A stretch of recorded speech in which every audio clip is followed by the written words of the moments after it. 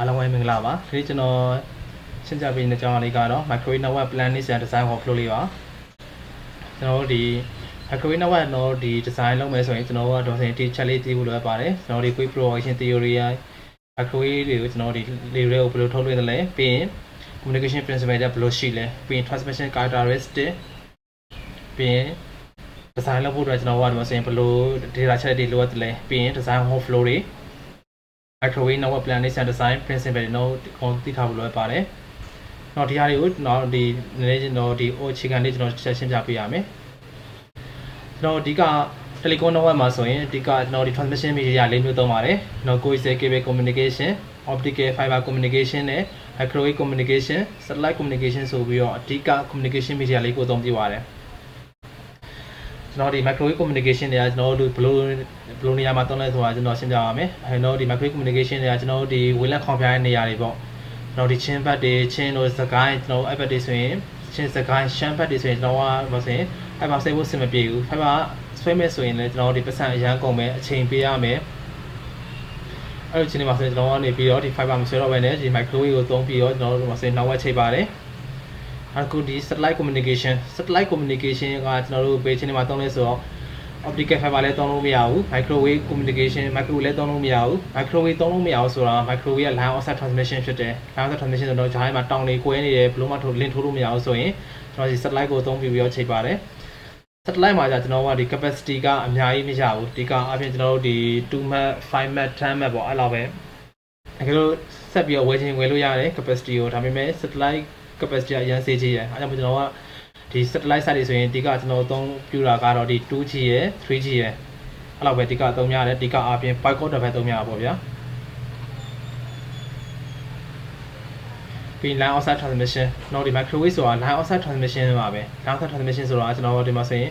ဒီ tower တိုင်းရှိမယ်အဲ့မှာကျွန်တော်ဒီ antenna ဆင်ထားမယ် transmit antenna receive antenna ရယ်အဲ့ antenna နှလုံးကြားထဲမှာကျွန်တော်တို့ကဒီ obstacle တွေအစာအုပ်တွေလုံးဝလာပြီးတော့ကွယ်လို့မရပါဘူးကွယ်ပြီးဆိုရင်တော့ဒီတိုက်တွေတစ်ပင်တွေတောင်တွေလောင်းကွယ်မယ်ဆိုရင်သူ့ရဲ့ signal ကကျွန်တော်တို့ဒီဘက်ကပွဲ signal ဒီဘက်ကိုအပြည့်အဝမရောက်တော့ဘူး loss တွေအများများပြီးတော့ကျွန်တော်ဒီ signal loss တွေဖြစ်တတ်ပါတယ်အကြောင်းကိုကျွန်တော်တို့ဒီမှာဆိုရင် loss service ဆင်းဖို့လိုအပ်တာပေါ့ဗျာတော့ဒီသေးစိတ်ရှင်းပြပေးရမယ်နောက်ပိုင်းကျကျွန်တော်ဒီ microwave နဲ့ optical fiber နှစ်ခုရှင်းမယ်ဆိုရင်ကျွန်တော်ဒီ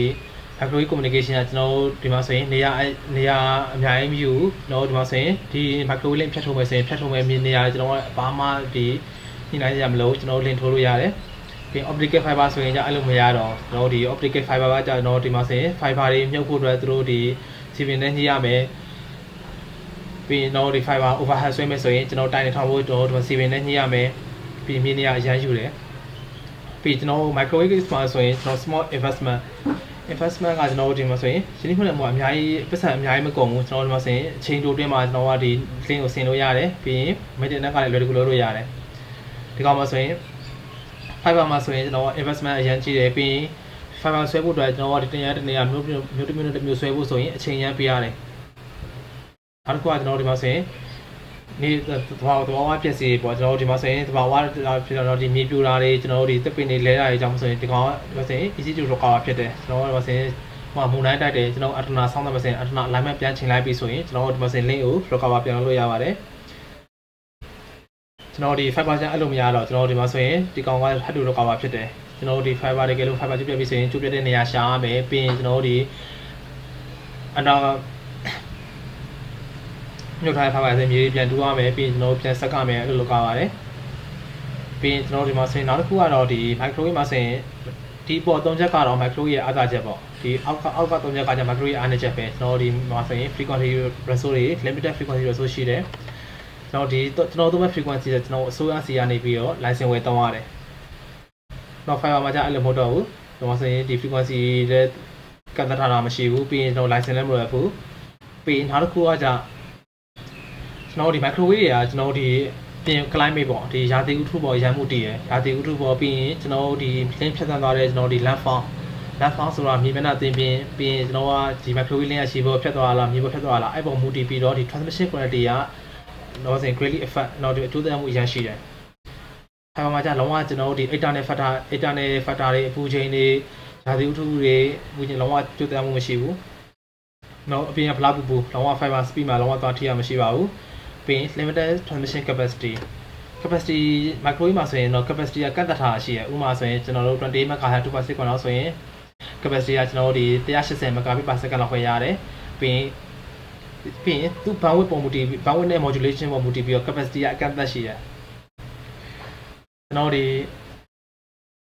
fiber မှာကြာခုနကကျွန်တော်တို့ဆိုရင် large transmission capacity တော့ capacity ကျွန်တော်တို့ 1G လား 100G လား 200G လားကျွန်တော်တို့ဆိုရင် capacity အများကြီးတည်ပေးနိုင်ပါတယ်ဒီမှာဆိုရင် microwave မှာဆိုရင်ကျွန်တော်တို့ဒီကအသုံးပြုတော့ဒီမှာဆိုရင် microwave frequency range ဆိုရင်ကျွန်တော်ဒီ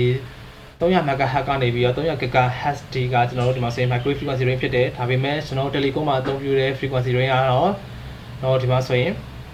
3 GHz ကနေပြီးတော့30 GHz တော့အသုံးပြုကြပါတယ်ဒီအကြောင်းအရာတွေကကျွန်တော်တို့ဒီမှာဆိုရင်ဒီ microwave ကြောင့်တိတိကကျွန်တော်တို့ဒီ online နဲ့ဆက်ပြီးရှာဖတ်ကြည့်လိုက်ပါဒီ microwave frequency range တွေကျွန်တော်တိတိရှင်းပြတော့တိတိရှင်းပြထားတာရှိပါတယ်ကျွန်တော်ဒီမှာဆိုရင် microwave network တော့ design စလုပ်တော့မယ်ဆိုရင်ကျွန်တော်ကနေပြီးတော့ဒီမှာဆိုရင်ဒီ business target business ကတော့ဘေးမျိုးနေမှာကျွန်တော်တို့ဒီ service ဘေးမျိုးနဲ့ကို network ချဲခြင်းလဲပြီးရင်အဲ့မှာကျွန်တော်ကဒီ flow service သုံးမယ် 2G လား 3G လား NDE လားအဲ့လိုသုံးမယ်ဆိုရင်ဒီကအဲ့လိုသုံးမယ်ဆိုရင်flow သုံးမဲ့သုံးချင်တဲ့ service တွေသိပြီဆိုရင်ကျွန်တော်ဒီ run plan တွေကနေပြီးတော့သူတို့ဒီ tower ထားမယ့်နေရာကိုသူတို့ plan ပါတယ်သူတို့ plan ပြီးတော့ဒီသူနေရာရပြီဆိုရင်ကျွန်တော်တို့စီကိုပို့ပါတယ်ကျွန်တော်ဒီ nominal အဲ့နေရာကိုသူ့ tower ထောင်ရနေရပြီဆိုရင်ကျွန်တော်ကနေပြီးတော့ဒီမှာဆိုရင် nominal network စပြီး plan ရပါတယ်ပြီးတော့ဒီမှာဆိုရင် transfer back ကနေ plan ပေးရတယ်ပြီး nominal နေရာရပြီဆိုရင်ကျွန်တော်ဒီ load survey တွေတော့ဒီ load survey ဆင်းမယ်ပြီး link design လုပ်မယ်ဒီလိုကျွန်တော်တို့ဒီ link design လုပ်ပြီးအချိန်မှာတစ်ခါကျကျွန်တော်အဆင်မပြေတာရှိတယ်ကျွန်တော်တို့ဒီမှာဆိုရင်ဒီအထနာတွေဆင်ဖို့အဆင်မပြေတာတွေ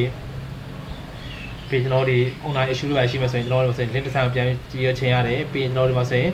VOQ တကယ်လို့ရှိပြီးသားပစ္စည်းနဲ့တော့ချင်းသုံးရရင်ကိစ္စမရှိဘူးတကယ်လို့ချင်းသုံးလို့မရဆိုရင်ကျွန်တော်တို့ VOQ ပြန်ထုတ်ပြီးတော့ကျွန်တော်တို့ကနေပြီးတော့ဒီမှာဆိုရင်ပြန်ပြီးတော့ပစ္စည်းပြန်မှာပါတယ်ဒီကအပြင်တော့မှထားမှာ nominal network plan တွေပြီး loss survey link design chain variation VOQ for manufacture and delivery ဆိုပြီးကျွန်တော်ဒီမှာဆိုရင်ဒီကအလုပ်လုပ်ဒီ process လေးပေါ့ဗျာ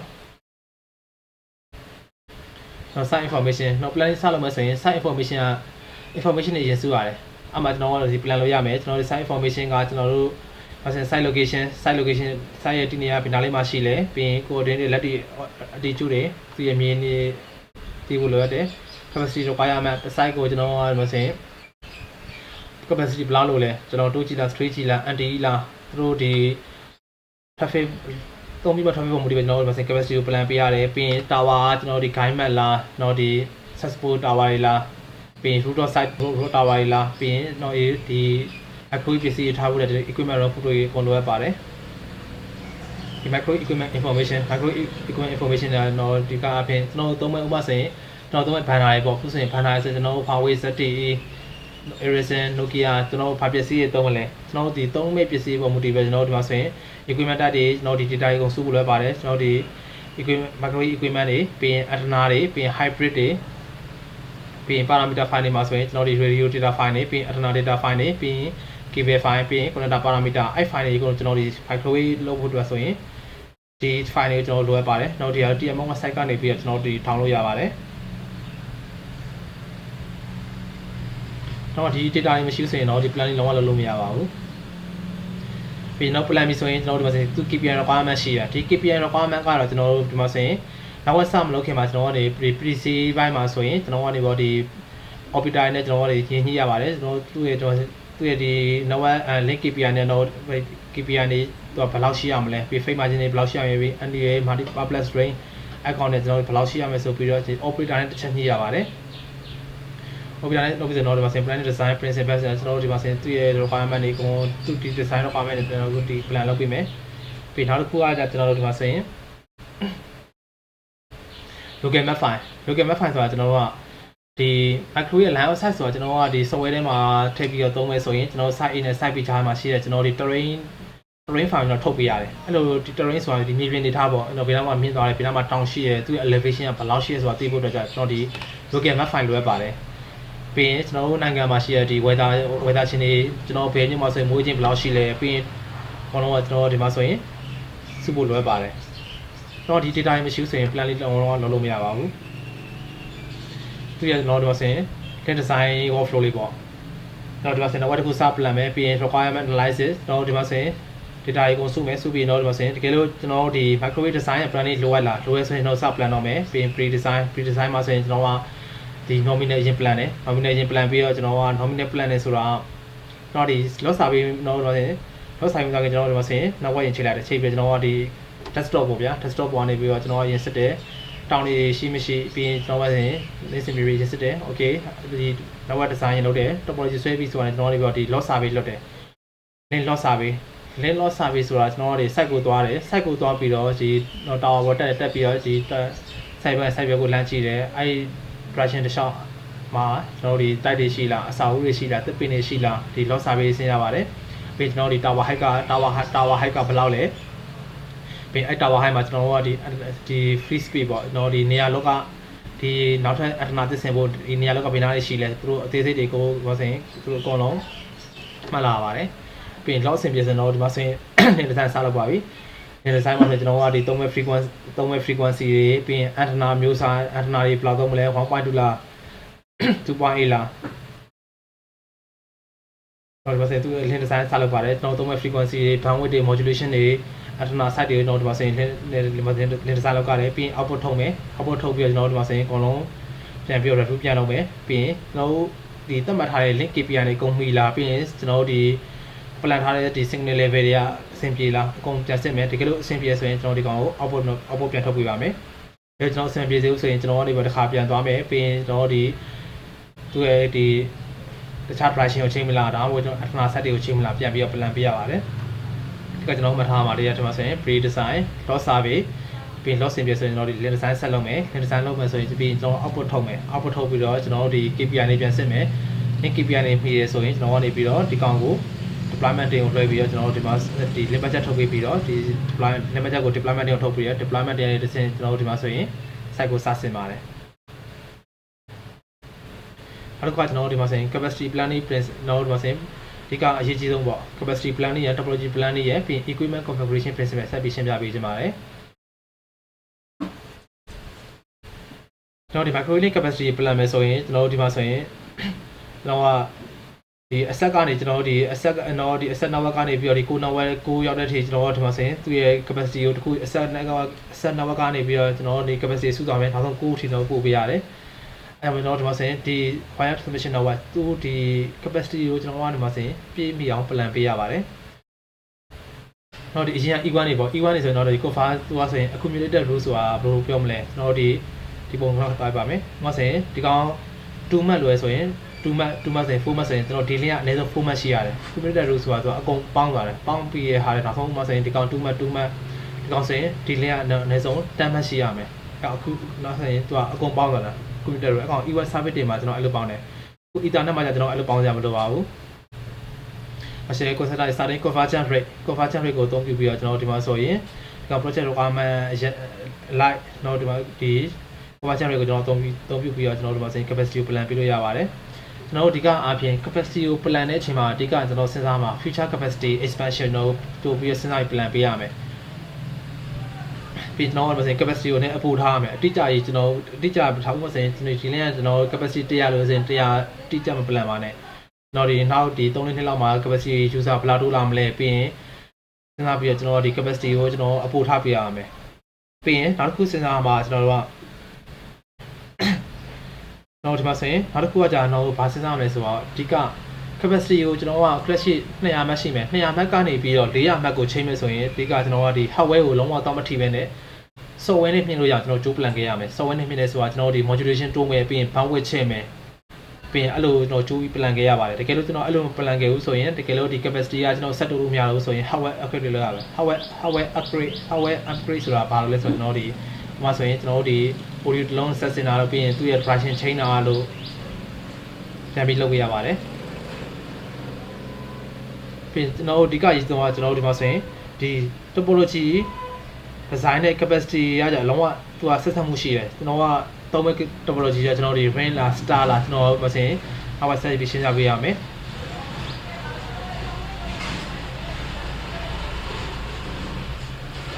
ဒီကောင်ဆိုရင် capacity planning principle ပေါ့ကျွန်တော်ဒီမှာဆိုရင် conversion rate တော့ဒီတိုင်း plan ပေးရမယ်ကျွန်တော်တို့မှာဆိုရင်ဒီ site A ကနေ site ဥပမာဆိုရင်ကျွန်တော်တို့ဒီ site ဆိုရင်25 megabit per second လို့မယ်ပြီးရင် B ကနေ D ဆိုရင်ကျွန်တော်တို့ဒီမှာဆိုရင်45 megabit per second ပဲတော့ဆိုရင်50မလို့ကျွန်တော်တို့45 megabit per second ထိပဲလုပ်မယ်ဘာကြောင့်မလဲဆိုတော့ကျွန်တော်တို့ဒီမှာဆိုရင်2 to 4ဆိုရင်သူကဒီ lower တဲ့ capacity ရဲ့90% ကိုဒီ cover ဖြစ်နေရပြီဘာကြောင့်မလဲဆိုတော့ကျွန်တော်ကဒီ ethernet မှာဆိုရင်ဥပမာဆိုရင်ကျွန်တော်တို့ဒီ site A ကဒီတစ်ချိန် site နဲ့ site B ကတစ်ချိန်လုံးမှာ maximum 25 meg မသုံးဘူးကျွန်တော်တို့ဒီမှာဆိုရင်တစ်ချိန်ထဲမှာဒီသူက capacity အပြည့်လုံးဝ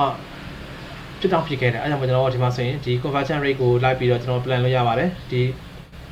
ဟိုမှာကျွန်တော်တို့ဒီ D ကနေ E ဆိုရင်ကျွန်တော်တို့ဒီ capacity ပုံမှန်ဆိုရင်တော့ဘယ်လောက်လုံးမလဲဒါဆိုရင်တော့ဒီ D ကနေ E ဆိုရင်ကျွန်တော်တို့ဒီမှာဆိုရင်25 50 125လုံးမယ်125ဆိုရင်ကျွန်တော်တို့ဒီ5 to 7ဆိုရင်သူရဲ့80% ဆိုရင်ကျွန်တော်တို့ဒီမှာဆိုရင်100လောက် plan ရတယ်ဒါပေမဲ့ကျွန်တော်တို့ဒီမှာဆိုရင်ဒီကကျွန်တော်100လောက်ပို့ပြီးတော့ကျိုး plan ထားတယ်ဒီကကျွန်တော်125ဆိုရင်ဒီ150လောက် plan ထားရင်ဒီကောင်ကောင်းဆင်ပြေတယ်ဒါပေမဲ့ကျွန်တော်တို့200လောက်ထိပို့ပြီးတော့ထားပေးထားပါတယ်ဒီကျွန်တော် Ethernet transmission မှာဆိုရင်သူရဲ့ကျွန်တော်ဒီချိန်ထဲမှာဒီ site တွေအကုန်လုံးဥပမာဆိုရင်ဒီကောင်ဒီအဲ့ဒီချိန်ထဲမှာဒီကောင်25 meg ဒီကောင်25 meg ဒီကောင်25 meg ဒီကောင်25 meg ဒီကောင်25 meg ဆိုပြီးဒီချိန်ထဲမှာလုံးဝ traffic တွေအပြည့်ဖြတ်မလာနိုင်ပါဘူးအဲကြောင့်မို့ကျွန်တော်ဒီ conversion rate ကိုလိုက်ပြီးတော့ capacity ကို plan နိုင်ပါတယ်နောက်တစ်ခုကဒီမှာဆိုရင်ကျွန်တော်ဒီ communication မှာဆိုရင်အကွာဝေးရတော့ဆိုရင် intersite rate ကျွန်တော်ဒီမှာဆိုရင်မြင်နိုင်တဲ့နေရာဆိုရင်ပို့ပြီးဆင်ပြေပါတယ်ဥပမာဆိုရင်ကျွန်တော်တို့ microwave မှာဆိုရင်အဓိကအကြောက်ဆုံးနေရာနှစ်ခုကတော့ကျွန်တော်တို့ water area and open plain area ကျွန်တော်ဒီ microwave မှာဆိုရင်အကြောက်ဆုံးကနှစ်ခုပဲအဓိကအပြင်ကျွန်တော်တို့ဒီ plain water area ကျွန်တော်တို့ဒီရေပြင်ကိုဖြတ်ထိုးတယ်လုံးဝကျွန်တော်ဒီရေပြင်ကြီးကိုဖြတ်ထိုးမယ်ဆိုရင်ကျွန်တော်ရေပြင်ကိုဖြတ်ထိုးမယ်ပြီးရင်မြေပြင် plain ကိုဖြတ်ထိုးမယ်ဆိုရင်ကျွန်တော်က storm reflection ဖြစ်နိုင်မှုတဲ့ကျွန်တော်ဒီမှာဆိုရင်ဒီကောင်ကျွန်တော်လုံးဝရှောင်ပါတယ်အဲဒါမို့ဒီ microwave ကကျွန်တော်ဘယ်လိုနေရာမှာသုံးလို့တင့်တော်လဲဆိုတော့ဒီတောင်တွေအများကြီးချင်းဆိုတော့ပို့ပြီးဆင်ပြေတယ်တော့ဒီပြင်းပြင်းမကြီးတဲ့နေရာတွေပေါ့ပြင်းပြင်းမကြီးတဲ့ဆိုပို့ပြီးတော့ဆင်ပြေပါတယ်ဒီကဲလို့ကျွန်တော်ကဒီမှာဆိုရင်ထားရတော့ဒီရေပြင်ကိုဖြတ်ထိုးရမယ်ကျွန်တော်တို့ကဒီမှာဆိုရင်ရေပြင်ကိုဖြတ်ထိုးရမယ်လုံးဝရှောင်လို့မရဘူးဆိုရင်ကျွန်တော်က high low technique ကိုသုံးလို့ရပါတယ် high low technique ဆိုတာဘာလဲဆိုတော့ကျွန်တော်ဒီ tower 2 တိုင်းရှိမယ်ဆိုရင်ဒီ site A ဘက်မှာတော့ဒီကျွန်တော် antenna ကို tower ထိပ်ကိုဆင်လိုက်မယ်ပြီး site B မှာခုန antenna ကိုအောက်ဆုံးဒီ line on site ဒီလောလို့အောင်လောလို့အောင်ဆိုတာဒီမှာဒီအောက်ကိုနှိပ်ထားမယ်နှိပ်ထားပြီးတော့ဒီ high low vibration နဲ့ကျွန်တော်တို့ဒီမှာဆင်ရှောင်လို့ရပါတယ်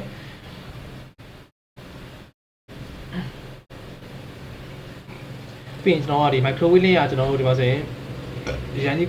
တော့ရန်ကြီးတင်းနဲ့တော့ရန်ကြီးဝေးလို့မရဘူးရန်ကြီးဝေးမယ်ဆိုရင်တော့ဒီ fading တွေရမ်းများတယ် fading ဆိုတာကျွန်တော်တို့ဒီမှာဆိုရင်ကျွန်တော် microwave ကဒီမှာဆိုရင်သူက AA လေး2ကို2A လေး2ကနေ AA လေး2ကိုဖြတ်သွားမယ်ဆိုရင်သူက single ရှန်ကားကြီးဖြစ်တတ်တယ်အဲဒါမို့ကျွန်တော်တို့ကဒီ link အကွာဝေးနှစ်ခုကအရန်ကြီးဝေးလို့မရဘူးအရန်ဝေးမယ်ဆိုရင်တော့ဒီမှာဆိုရင်သူရေဘွားအဖြစ်နောက်အထာ H တော့ဒီ8 GHz တဲ့ native frequency ကျွန်တော်တို့ဒီမှာဆိုရင် maximum တော့ဒီ60 km လောက်ပဲသုံးသင့်တယ်တော့အထက်သိမ်းမယ်ဆိုရင်လည်းသုံးလို့ရတယ်ကိစ္စမရှိတော့ဒီ antenna size ကြီးတွေတော့ဒီ2.4တွေ 3.0တွေသုံးပြီးသုံးလို့ရတယ်ဒါပေမဲ့ကျွန်တော်တို့ဒီ link အကွာဝေးပို့ပြီးတော့ဝေးလာလေကျွန်တော်ကဒီ free space loss ပိုများလာမယ်ပြီးရင်ကျွန်တော်ဒီခုနဒီ fading တွေပိုများလာမယ်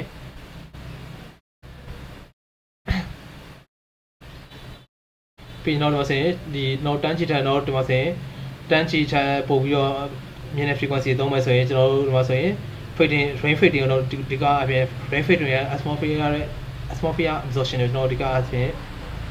သိထားပါမယ်တန်းစီတန်းတော့မြင်တဲ့ဟာဆိုရင်13 chin 15 chin 18 chin frequency မြင့်လာလေကျွန်တော်တို့ဒီမှာဆိုရင် rain fading တော့ frequency မြင့်လာလေတော့ဒီ rain fading ကပို့ပြီးတော့များလာလေပြီးရင်လေထုရဲ့ absorption ကပို့ပြီးများလာလေပဲဒီကကျွန်တော်တို့ဒီ rain fading အများဆုံး frequency ဆိုရင်တော့ဒီ23 MHz ကဒီကောင် rain fading အများဆုံးပဲအဲဒါမို့ကျွန်တော်ဒီ23 MHz ဆိုရင်ကျွန်တော်ဒီပင်လယ်မိုးများတဲ့နေရာတွေပြီးပင်လယ်ကမ်းခြေဒေသတွေဆိုရင်မြဝကျုံမော်ဒေသဆိုရင်ကျွန်တော်ဒီမှာဆိုရင်ဒီ23 GHz ကိုသိမသုံးဘူးကျွန်တော်ရှောင်သုံးပါတယ်ပြီးရင်ကျွန်တော်တို့ဒီမှာဆိုရင်လင်းနေချိန်မှာဆိုရင် Z font ကိုကျွန်တော်တို့အသုံးပြုတင်ပါတယ် Z font ဆိုတာကျွန်တော်တို့ဒီ link ချိန်ပြီးဆိုရင်ကျွန်တော်တို့အစဉ် Z ပုံစံလေးကျွန်တော်တို့ဒီမှာဆိုရင် site A ကနေ site B Z ပုံစံလေးချိန်သွားရင်ဆိုရင်ကျွန်တော်တို့ဒီမှာဆိုရင်ဒီ override interference ကိုရှောင်နိုင်ပါတယ်အဓိကအဖြစ်ကျွန်တော်တို့ဒီမှာဆိုရင် network topology မှာဆိုရင်အဓိကအနောက်ဘာရှိလဲဆိုတော့ chain ရှိမယ် star ရှိမယ် tree ရှိမယ် ring ရှိမယ်သူ သူ topology design ပေါ်မူတည်ပြီးတော့ကျွန်တော်ကအဓိကအပြင်တော့ဒီအားနည်းချက်အားသာချက်တွေအများကြီးရှိပါတယ်။ဟိုတော့ဒီ chain ကိုကြည့်မယ်ဆိုရင် chain number chain topology ကိုတော့ဘယ်ချိန်မှသုံးလဲဆိုတော့ကျွန်တော် highway land တွေပေါ့ highway land မှာဆိုရင်ကျွန်တော်တို့ဒီမှာဆိုရင် chain ပုံစံကျွန်တော် sideချိန်သွားတယ်။ကျွန်တော်တို့ဒီမှာဆိုရင်သူ့ရဲ့အားသာချက်ကတော့ကျွန်တော်တစ် side မှာဆိုရင်ကျွန်တော်ဒီ direction နှစ်ခုပဲရှိမယ်။ဟိုဆိုရင်တော့ uplink ကိုသွားတဲ့ antenna ရဲ့ downlink ကိုသွား antenna ပြီးရင်ကျွန်တော်ဒီ fuel conversion direction နေတာပေါ့ဗျာ။ weakness ကတော့ကျွန်တော်ဒီမှာဆိုရင်နောက်ဆုံး BSC ကိုပြောင်းဝင်မဲ့ site နောက်ဆုံး hub site ကိုပြောင်းဝင်မဲ့ site ဆိုတော့ capacity အများကြီးလိုသွားပြီ။ chain link ကြီး10 link ဆိုရင်ဥပမာဆိုရင်တစ် link ကို20 m လုံးမယ်10တော့ဒီ10 link ဆိုရင်200 m လုံးမယ်ပြီးရင် link 20ဆိုရင်ကျွန်တော်400 m လုံးမယ်သူ chain link ကြီးပိုးရှိလာလေနောက်ဆုံးဒီ hub site BSC ကိုပြောင်းဝင်မဲ့ link ကကျတော့ capacity အများကြီးလိုလေပဲနောက်တစ်ခုကကျကျွန်တော်ဒီ star topology မှာဆိုရင်တော့တခုကောင်းတာတော့ဆိုတော့ဒီ small size network ဖြစ်တယ်ပြီးရင် strong ကကျတော့ small size network ဒီ network ကျတော့ဒီအရင်ကြီးမရှိဘူးပြီးရင်ဒီ low dependent အမှတ် link ကျွန်တော်တစ်ခုကျွန်တော်ဒီမှာဆိုရင် dependent ထားတော့ဒီတစ် link နဲ့တစ် link က dependent မရှိဘူးကျွန်တော်တို့ main site ကိုပဲဒီကကျွန်တော် computer ပြောင်းပြီးထိုးထားတယ်နောက်တစ်ခုအားနည်းချက်ကကျကျွန်တော်တို့ဒီမှာဆိုရင်ဒီ site တွေအကုန်လုံးကကျွန်တော်တို့ဒီမှာဆိုရင်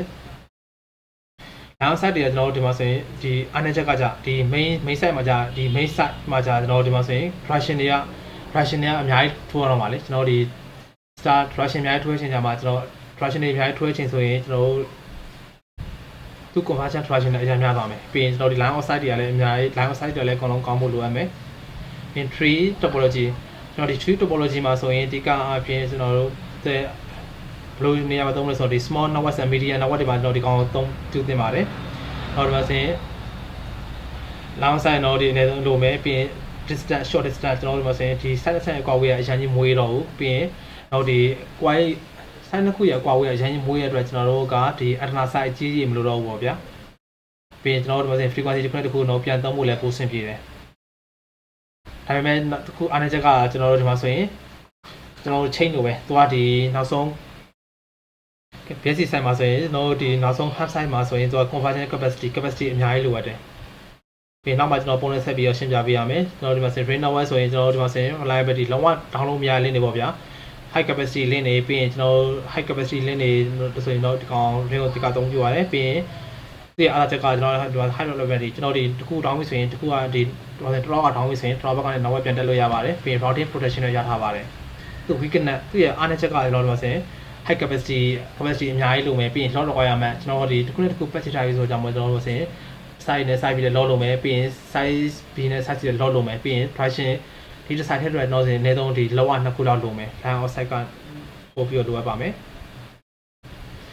ဒီကအပြင်တော့ဒီမှာဆိုရင် chain topology ဆိုရင်ဒီကောင်ဆိုရင်ဥပမာဆိုရင်ဒီကောင်ထား hub site ဆိုရင်ဒီကောင်တော့ဆိုရင်တစ်စင်ချိတ်သွားတယ်နောက်ဆုံးဒီ BSC ကိုပြောင်းဝင်မဲ့ site ဆိုရင်တော့ဒီ link capacity အများကြီးလိုတော့မယ်အောက်သူရဲ့အားနည်းချက်ပေါ့ဒီအားနည်းချက်ကကျွန်တော်ဒီမှာဆိုရင် conversion version ကကျွန်တော်အများကြီးမလိုတော့ဘူးဆိုရင်တစ်ခုရှိမယ်နှစ်ခုပဲရှိမယ်ပြီး star topology ကျွန်တော် star topology မှာဆိုရင်ကျွန်တော်တို့ဒီမှာဆိုရင်တစ်ခုနဲ့တစ်ခုဒီကောင်ကသူ့ရဲ့ dependent site မရှိတော့ရှိမြ site တွေကတော့ကျွန်တော်တို့ဒီမှာဆိုရင် BSC ကိုအကုန်လုံးပြောင်းဝင်တယ်နောက်ဒီမှာဆိုရင် main hub site ကိုပြောင်းဝင်တယ်ဒါပေမဲ့ကျွန်တော်တို့သူ့ရဲ့အားနည်းချက်ကကျွန်တော်တို့ဒီမှာဆိုရင်ဒီကောင်လေးလည်း line of sight ဆင်ပြရမယ်ဒီကောင်လေးလည်း line of sight ဆင်ပြရမယ်ပြီးရင်ဒီကောင်လေးလည်း line of sight ဆင်ပြရမယ်အဲဒါကြောင့်ကျွန်တော်ဒီမှာဆိုရင် line of sight တွေကကျွန်တော်တို့ဒီမှာဆိုရင်ဒီကောင်က line of sight ဆင်ပြဖို့အများကြီးလိုအပ်ပါတယ်ပြီးရင်ဒီ site ကနေပြီးတော့ဒီကောင် BSC ဆိုရင်ဘာလဲကျွန်တော်ဒီ site မှာဆိုရင်ဒီကောင် capacity အများကြီးလိုမယ်ပြီးရင် tree topology ကျွန်တော် tree topology ဆိုရင်ကျွန်တော်ဒီမှာဆိုရင် lag correlation period နဲ့ကျွန်တော် link တစ်ဖက်တစ်ခုကချိတ်ဆက်မှုကျွန်တော်ဒီမှာဆိုရင်သူတို့တစ်ခုကြာချိတ်ဆက်မှုမရှိဘူးချိတ်ဆက်မှုနည်းမယ်ဒါပေမဲ့ကျွန်တော်ကဒီရဲ့ advantage ကကြာကျွန်တော်ဒီမှာဆိုရင် conversion capacity ဥပမာဆိုရင်ကျွန်တော်ဒီမှာဆိုရင်ဒီလာချိတ်ထားတယ်ဒီ site တော့ဒီ site ကနေပြီးတော့ဒီ site ကိုသွားမယ်ဆိုရင်သူကဒီသုံး site ကို cover ဖြစ်မဲ့ capacity လိုအပ်တယ်ဒီကအပြင်ကျွန်တော်တို့ဒီမှာဆိုရင် capacity ကတော့ဒီ site ဒီမှာအရင်ပို့ပြီးတော့လိုအပ်ပါမယ်ဒီ brain topology မှာကျွန်တော်ဆိုရင်ဒီ network ကလုံးဝ download မရတဲ့ network ပေါ့ဗျာဥပမာဆိုရင်ကျွန်တော်ဒီမှာဆိုရင် cloud protection တကယ်လို့ flash traffic ကတော့ဒီဘက်ကတော့ကနေသွားနေမယ်အချိန်မှာဒီဘက်ကကျွန်တော်တို့ဒီ link ဒီ audio ပြတ်မဲ့ antenna အဲ့ဒါတော့ဒီဆောင်းသွားမယ်ဆိုရင် link ထောင်းပြီဆိုရင် traffic ကတော့ဒီဘက်ကနေပတ်သွားနိုင်တယ် cloud protection တော့ရတယ်ဒါပေမဲ့ automatic ကကျွန်တော်တို့ဒီမှာဆိုရင် capacity အများကြီးလိုမယ် capacity တော့ဒီမှာဆိုရင် capacity အများကြီးတည်ပေးရမယ်ပြီးရင်ကျွန်တော်ကဒီ site က high low လုံးဝဖြစ်လို့မရအောင် high low violation နဲ့ဒီနောက်ဆုံးဒီ low violation နဲ့ဖြစ်နိုင်တယ် ပြီးရင် live investment ကျွန်တော်တို့မှာဆိုရင်အဓိက80%အများကြီးကုန်ပါတယ်အဓိကအပြင်တော့ဒီ flash 3ရဲ့ network မှာဆိုရင်ကျွန်တော် flash တိုင်းသုံးနေပါတယ် start topology chain topology twin topology ဆိုပြီးတော့ကျွန်တော်တို့သုံးနေပါတယ်ဒီမှာဆိုရင်ကျွန်တော်တို့ဒီမှာ site ရှိမယ်ဒီကောင်ဆိုရင် start topology ဆိုရင်ဒီကျွန်တော်တို့ဒီ access site တွေကကျွန်တော်တို့ဒီကောင်ကိုလာချိတ်တယ်ကျွန်တော် start topology ဒီ chain topology ဆိုရင်ကျွန်တော်တို့ဒီမှာဆိုရင်တစ်ဆင့်ဒီကောင်တစ်ဆင့်ချိတ်သွားတယ်တော့ဒီ line နဲ့ချိတ်တယ်fiber ဆွဲတယ်ပြီးရင်တော့တစ်ဆင့် chain topology ဒီကောင်ကျွန်တော်ဒီ vset ကိုသုံးပါတယ် vset သုံးပြီးသူ့ရဲ့ current network topology ပေါ့ဗျာ flash ကျွန်တော်ဒီကောင် start topology chain topology twin topology ဆိုပြီးတော့ဒီကသုံးရကြပါတယ်ပြီးရင်ကျွန်တော်ဒီ microlink configuration မှာဆိုရင်ကျွန်တော်တို့ရှိပါတယ်ကျွန်တော်ဒီ link က 1+0 link လား 2+0 link လားပြီး 1+0 hot standby link လားပြီး 1+1 ft frequency diversity link လားပြီး 1+1 ကျွန်တော်ဒီ space diversity link လားဆိုတော့ကျွန်တော်တို့ဒီမှာဆိုရင်သူ့ရဲ့ configuration တွေမျိုးရှိပါတယ်ဒီကကျွန်တော်တို့ဒီ network ထဲမှာသုံးများလားဆိုရင်ကျွန်တော်ဒီ 1+0 သုံးမယ်ပြီး 1+1 သုံးများတယ်ပြီးအရှမ်းဝေး link တွေဆိုရင်ကျွန်တော်ဆိုရင် frequency diversity သုံးပါတယ်နောက် frequency diversity ဆိုတာကျွန်တော်ကဒီမှာဆိုရင်သူကဒီ network configuration မှာဆိုရင်အလွယ်မှတ်ထားလို့ရတယ်အပေါင်းရှိရကျွန်တော်တို့ run နေနောက်က standby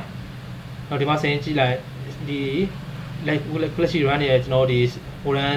audio တစ်လုံးရှိ audio တစ်လုံး web ကတည်းကနောက်ဒီမှာဆိုရင်တစ်ခုက run နေမယ်နောက်ဆိုရင် no progression တကယ်လို့ကျွန်တော်ဒီ link ရကျွန်တော်ဒီ antenna audio ပြတ်မယ်ကျွန်တော်ဒီ IMQ ပဲကျိုးပဲ loop ဖြစ်သွားမယ်ဒါမှမဟုတ်ဒီ modem ကတည်းကပြတ်မယ်ဆိုရင်ဒီ link ကလုံးဝကျွန်တော် down သွားမယ်ပြီး hot standby ကျွန်တော်ဒီနေ့အရေးကြီးတဲ့ link တွေပေါ့ဗျာကျွန်တော်ဒီလုံးဝ down လို့မရတဲ့ link တွေဆိုရင်ကျွန်တော်ဒီ hot standby link တွေကိုကျွန်တော်အသုံးပြုကြပါတယ် hot standby link ဆိုတာနောက်ဆိုရင်တစ်ခုက run hot standby ရှိမယ်တကယ်လို့ကျွန်တော်ဒီ flash run တွေရဲ့ဒီ link ရဲ့ audio လို့audio တွေခဏ audio ပြတ်မယ်ပြီး modem ကပြတ်မယ် IMQ ပဲ loop ဖြစ်သွားပြီဆိုရင်ကျွန်တော်ကဒီမှာဆိုရင်သူ့ရဲ့ standby ကိုတို့ထား run ပြီး link မ down တော့ပေါ့ဗျာဒါဆိုတော့ same frequency ကိုသုံးတယ်ပြီး 1+1 ft ဆိုရင်သူက flash run ရဲ့ frequency ကဥပမာဆိုရင် 6G standby 7G သူကဒီ active နဲ့ standby ကတော့မှာဆိုရင် frequency မတူဘူး different frequency ကိုအသုံးပြုရတယ်နောက်ဒီ 1+1 ဒီနောက်ဘယ်ချိန်မှာသုံးလဲဆိုတော့ဒီ space diversity ဒီမှာလည်း space diversity နဲ့သုံးလို့ရပါတယ်ကျွန်တော်တို့ဒီမှာဆိုရင်ဒီ frequency အတူတူသုံးပြီးတော့ဒီကျွန်တော်တို့ antenna နှလုံးဆင်ပြီးတော့ကျွန်တော်တို့ဒီ antenna တစ်ခုကနောက်ဒီ frequency ကိုတော့ antenna လွှင့်တာ antenna တစ်ခုနဲ့ပဲလွှင့်ပြီးတော့ဖမ်းတဲ့ချိန်မှာသူက antenna နှစ်ခုနဲ့ပြန်ဖမ်းတယ်sorry ကျွန်တော်နေမှားသွားပါတယ်ကျွန်တော်ဒီ speed diversity link မှာဆိုရင်ကျွန်တော်ဒီမှာဆိုရင် flash 6G က run နေမယ် 7G standby ကျွန်တော်ဒီ 6G နဲ့ run နေတဲ့ link ကကျွန်တော်ဒီဥမာ audio တွေပြတ်မယ်ဆိုရင်ဒီက standby နဲ့ထား run တယ်ဒီကောင်လေးကလည်းအသုံးနေပါတယ်ပြီးကျွန်တော်ဒီကဒီ 2+0 8 link ဆိုတာလည်းအသုံးများပါတယ် 2+0 8 link ကတော့ကျွန်တော်ဒီမှာဆိုရင် safe frequency ပဲ frequency တစ်ခုတည်းကိုသုံးပြီးတော့ကျွန်တော်တို့ကဒီမှာဆိုရင်ဒီ line weight ကို vertical တစ်ခု horizontal တစ်ခုအလုပ်ဖွင့်ပေးပါတယ်ကျွန်တော်တို့ဒီ network ထဲမှာအသုံးများဆုံး link တွေကတော့ခုနကျွန်တော် 1+0 1+1 ပြီးရင်ကျွန်တော်ဒီ 1+1 FT 1+1 ST ပြီးရင်တော့ဒီ 2+0 8 bit link တွေအဓိကအသုံးများပါတယ်ကျွန်တော်ဒီမှာဆိုရင်တော့ antenna တွေမှာဆိုလဲကျွန်တော်တို့အဓိကအပြင်နှစ်မျိုးရှိတယ်ကျွန်တော်တို့ single polarization antenna ရဲ့ dual polarization antenna ဆိုပြီးနှစ်ခုရှိပါတယ်ကျွန်တော်တို့ဒီ 1+0 link တွေဆိုရင်ကျွန်တော်တို့အဓိကအပြင် single polarization antenna တွေသုံးပါတယ်ကျွန်တော်တို့ဒီ frequency နှစ်ခုသုံးဖို့လိုတဲ့ဟာတွေပြီးရင်တော့ frequency ကိုကျွန်တော် vertical horizontal တွေသုံးဖို့လိုတဲ့ဟာတွေဆိုရင်ကျွန်တော်ဒီ dual polarization antenna ကိုအဓိကကျွန်တော်သုံးပြပါတယ်နော်ဒီ 2+0 8 bit link လို့ 4+0 8 bit link ဆိုရင်ကျွန်တော်သုံးဖို့လိုတဲ့ဟာဒီ dual polarization antenna သုံးရမယ်နောက် frequency တစ်ခုပဲလွှတ်ဖို့လိုတဲ့ antenna site တွေဆိုရင်ကျွန်တော်ဒီ single polarization antenna ပဲသုံးဖို့လိုပါတယ်ဒီကကျွန်တော်ဒီသုံးပြတဲ့ဒီ antenna site တွေကတော့ကျွန်တော်ဒီမှာ 0.3 meter 0.6 meter 1.2 meter 1.6 meter 1.8 meter ပြီးရင် 2.2 meter 2.4 meter 3 meter ဆိုပြီးကျွန်တော် antenna site အမျိုးမျိုးရှိပါတယ်ဒီကောင် antenna site တွေကြည့်လိုက်ချိန်မှာကျွန်တော်ဘာပို့ပြီးတော့ကောင်းလဲဆိုတော့ antenna gain တွေပိုကောင်းလာတယ်သူရဲ့ဟောဒီ antenna တွေထွက်သွားတဲ့ဒီ signal ရဲ့ main load တွေကပို့ပြီးတော့ကျင်းသွားပြီးတော့အဝေးပို့ရောက်ပါတယ်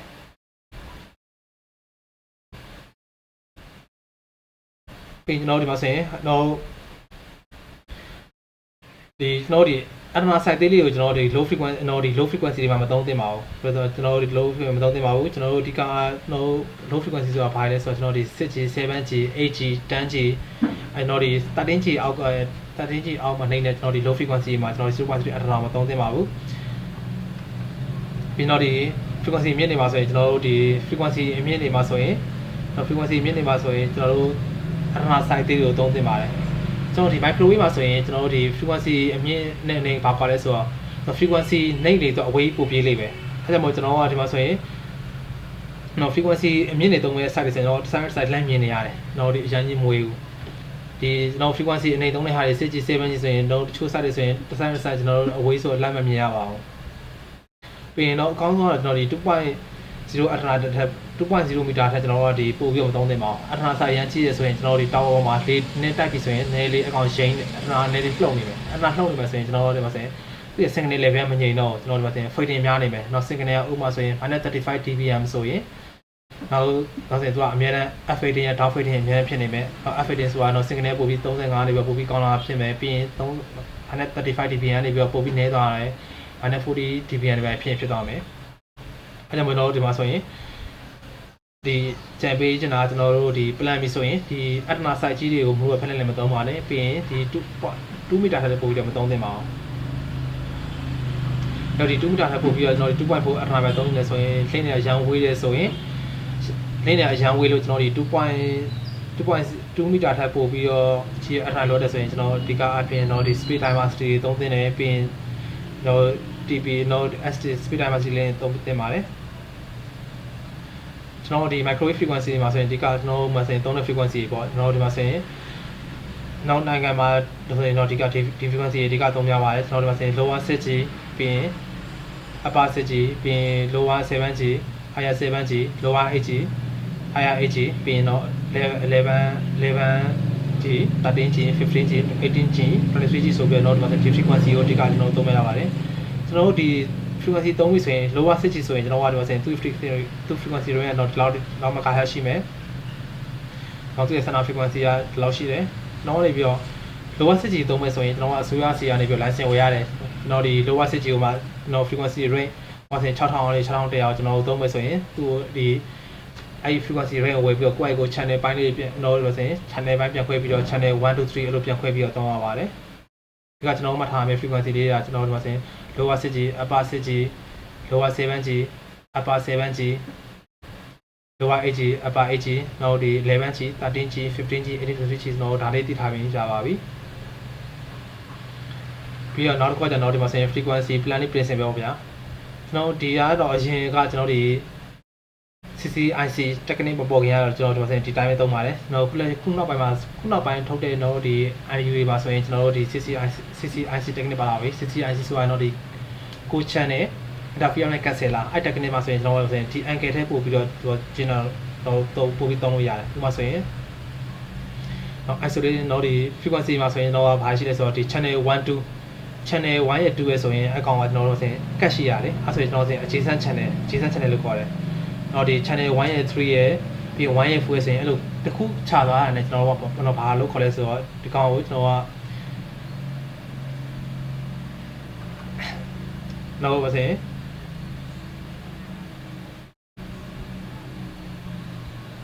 နောက်ဒီ cut ရှိဟာဆိုရင်တော့ပါစေ adjacent frequency လို့ adjacent channel ပေါ်ပြီးတော့ပါစေ adjacent channel ရဲ့ isolation တော့ပါစေနောက်တစ်ခုကျတော့ isolation channel ဆိုရင်တော့ခေါ်ပါတယ်တော့ဒီမှာဆိုရင်ဒီကောင် channel 1သုံးမယ်တော့ဒီ isolation စုံထဲမှာဆိုရင်တော့ဒီမှာဆိုရင်ဒီသူက channel တော့ဆိုရင် channel တစ်ခုတော့ကတ်သုံးလို့မရအောင်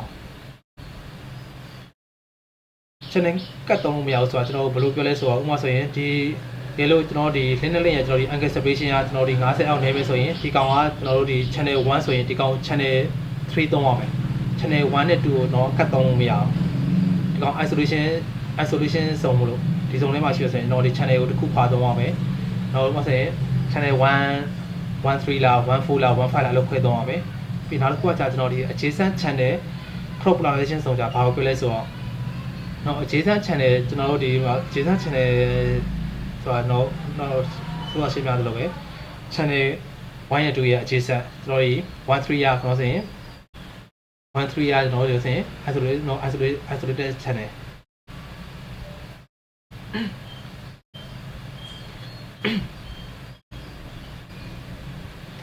အချိန်မှနေမှာဆိုတော့ဒီမှာဆိုရင်အဲ့နှစ်ခုမှာဆိုရင်ကျွန်တော်တို့ဒီတကယ်လို့ဒီ site နှစ်ခုရဲ့ angle separation ကကျွန်တော်တို့ဒီ60ကြာ60မကျော်ဘူးဆိုရင်ကျွန်တော်ကတော့ဆင်းအခြေစမ်း channel crop polarization ဆုံးဆိုတာအခြေစမ်း channel ကျွန်တော်သုံးလို့ရတယ်ဟိုမှာဆိုရင်ကျွန်တော်ဒီကောင်ကသုံးမယ်နောက် channel 1သုံးမယ်ဒီကောင် channel 2သုံးမယ်ဆိုရင်ကျွန်တော်ကဘာလုပ်ရမလဲဆိုတော့ဒီ channel 1ကို vertical channel 1ကို vertical သုံးမယ်ဆိုရင်ကျွန်တော်ဒီဘက်က link ကဒီ channel 2က vertical သုံးလို့မရတော့ဘူးကျွန်တော်ဆိုရင် horizontal သုံးပြီးမှကျွန်တော်တို့မှာဆိုရင် plan ပြရအောင်မယ်ပြီးနောက်တစ်ခုကကြာတော့ဒီမှာဆိုရင်ကို channel right angle ဆုံးကို channel right angle ဆုံးဆိုတာကြာတော့ဒီမှာဆိုရင်ဒီလိုဒီတင်းနဲ့ရဲ့ဒီ angle separation ကကျွန်တော်တို့ဒီ60နဲ့160ကြားထဲမှာရှိမှဆိုရင်ကို channel right angle ဆုံးဆိုတာတော့ဒီကောင် channel 1သုံးဖို့ဆိုလဲဒီကောင် channel 1သုံးလို့ရတယ် channel 2သုံးလို့ရအောင် channel 2သုံးလို့ရတာပေါ့ဗျာပြီးရင်နောက်တစ်ခု3ထားမှာကျွန်တော်ကဒီမှာဆိုရင်သူဒီ link ဟောဆိုရင် link A ရှိမယ်ဒီမှာဆိုရင် link 1ရှိမယ်ပြီး link 2ရှိမယ်ဒီ link 1နဲ့ link 2ကဒီ link 1သူကဒီတော့ link ဟောင်းရှိမယ်ဒီ link 1ကကြာတော့ဆိုရင်သူနဲ့ဒီ angle separation က160ကျော်သွားပြီ160နဲ့180ကျော်ပြီဆိုရင်ကျွန်တော်ကဒီမှာဆိုရင် overall interference zone ဆိုရင်တော့တစ်ခု3ထားမှာကျွန်တော်ကဒီမှာဆိုရင်ဒီတိုင်းပဲ isolation zone တိုင်းပဲတော့ channel ကိုကတ်တော့မရတော့ဒီကောင် channel 1ဆိုရင်တော့ဒီကောင်တော့ဒီ channel မှာတော့ဒီ channel 3 channel 4အဲ့လိုသုံးပြရပါတယ်ဒီကအဖြစ်ကျွန်တော်ကဒီပုံလေးတစ်ချက်မှတ်ထားရပါတယ်ကျွန်တော်ဒီ angle separation 0ကနေ50ဆိုရင်တော့ isolation zone 50ကနေ60ဆိုရင် adjacent channel crop polarization zone 60ကနေ160ဆိုရင်ကို channel right angle zone 160 degree ကနေပြီးတော့180 degree ဆိုရင် overall interference zone ဆိုပြီးတော့ကျွန်တော်တို့ကသူစုံလေးခွဲတာရှိပါတယ်နောက်တစ်ခုပြန်ပြီးရှင်းပြပေးရမယ်နောက်0ကနေ50ဆိုရင်ကျွန်တော်ကတော့ဆိုရင် isolation zone ဆိုရင်ကျွန်တော်က channel ကိုကတ်တောင်းလို့မရဘူး channel ဒီကောင်ဒီ link ကကျွန်တော်တို့ဒီ link က channel 1ဆိုရင်ဒီကောင် channel 3သုံးရပါမယ်ပြီး angle separation ကကျွန်တော်တို့50ကနေ60ကြားလဲဆိုရင်ကျွန်တော်က channel ကိုဒီ50နဲ့60ကြားလဲဆိုရင်ကျွန်တော်ကဒီ channel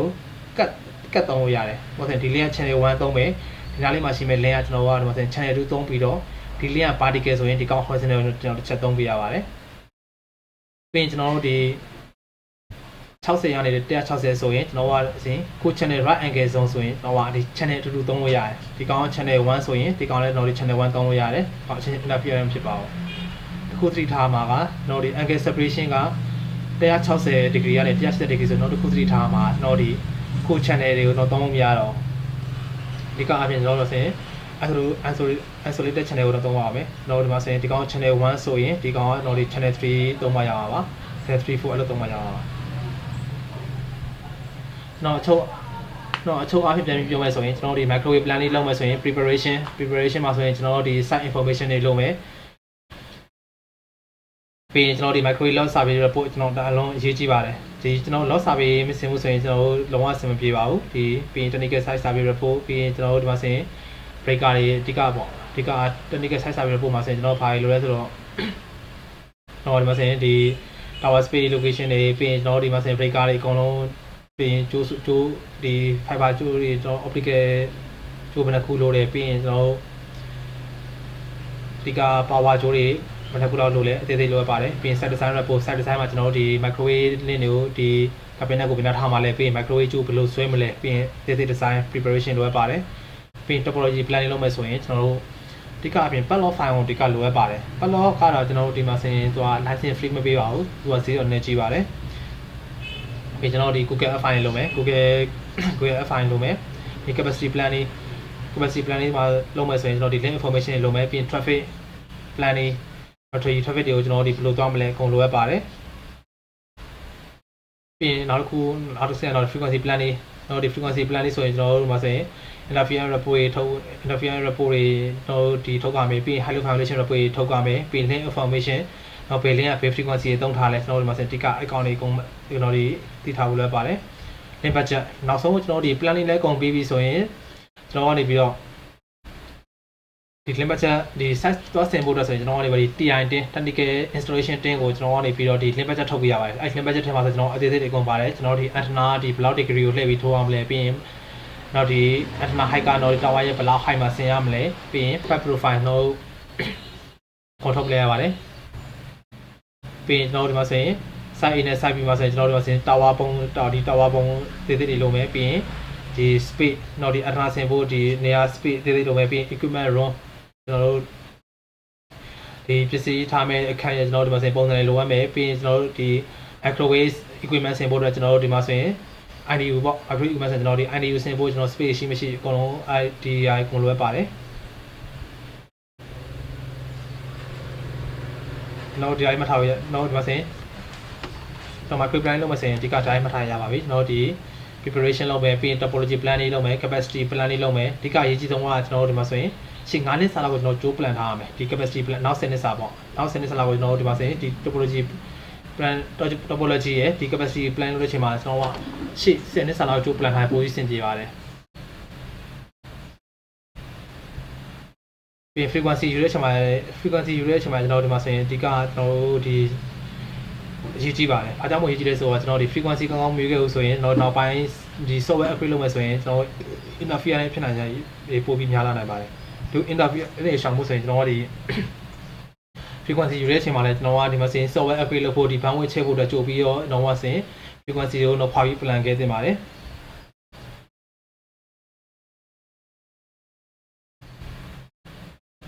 အားလုံးပဲကျေးဇူးတင်ပါတယ်ခုကျွန်တော်ရှင်းပြပေးတာလေကျွန်တော်ရှင်းပြပြနားမလဲဆိုရင်ကျွန်တော်ဒီအားလုံးရှင်းပြလို့ပြီးရှင်းပြပေးနိုင်ပါတယ်